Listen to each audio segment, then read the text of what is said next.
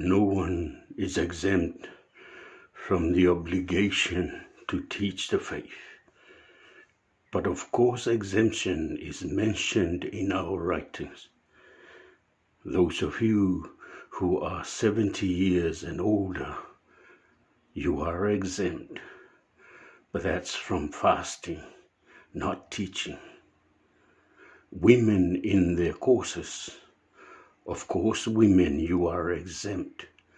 But that's from fasting and obligatory prayers, not teaching.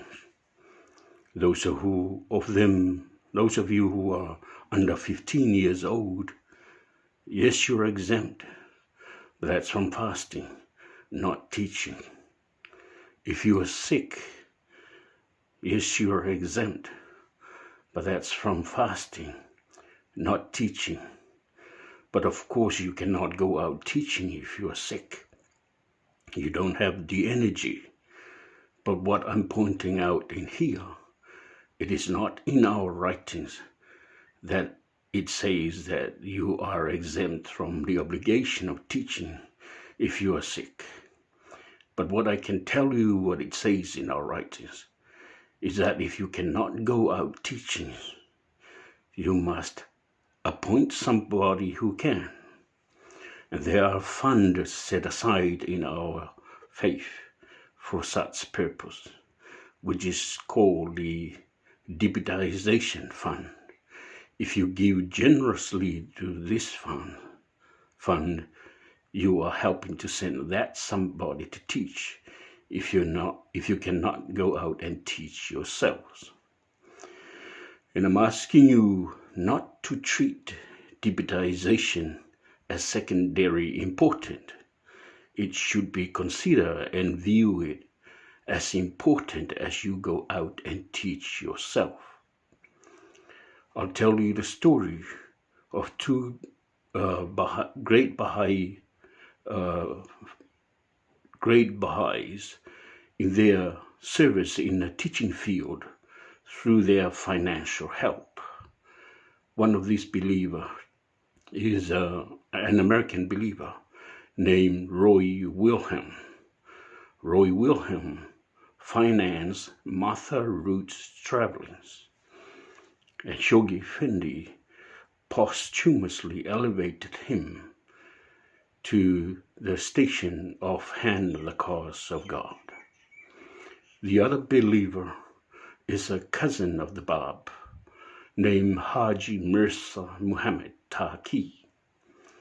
Haji Mirza Muhammad Taqi spent his entire wealth and resources to purchase land and build the first Baha'i house of worship in Ashgabat, Russia. And as you all know, Baha'u'llah designated a house of worship as a silent teacher. Abdu'l-Baha named him as one of the 24 elders that is mentioned in the Bible that bow before the one on the throne with gratitude and thanksgiving for bringing peace and unity to the world.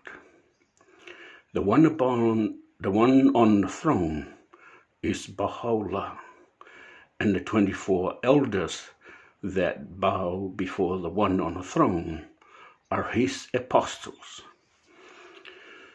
A believer wrote to Shoghi Effendi, asked him, who are these 24 elders? And Shoghi Effendi answered, you can find this letter in Light of Guidance. And he said, they are the Bab and his 18 letters of deliverance, and the rest will be known in the future. Well, we can add one name on that list now. That is of Haji Mirza Muhammad Taqi, because Abdu'l-Baha said so. That will bring the numbers of these elders to 20. The Bab and the 18 letters of the leavings, and Haji Mirza Muhammad Taqi makes it 20. The other four, well, I'll tell you who I think these other four, but I want you to treat it as it is, as who I think they are. If you want a definitive answer, write to the Universal House of Justice, and whatever the Universal House of Justice, you uphold that decision and discard whatever I say. So these four, I think, are Abdu'l-Baha, Bahia Kanu, Midi, or the purest branch, and Vali Amrullah Shoghi Effendi. Vali Amrullah is Shoghi Effendi's real title, which means Defender of the Faith or Commander-in-Chief. Guardian is a very weak translation of Vali Amrullah. I don't know how you read into such a translation, but to me it shows the humility of Shoghi Effendi. But now we can understand the wisdom of such a translation. There's only one Vali Amrullah, but there are a number of people that claim themselves to be guardian. Thank you, and I wish you well. Whaftailava manuia la whaafau mai mana whasau saunga sa mo soifua.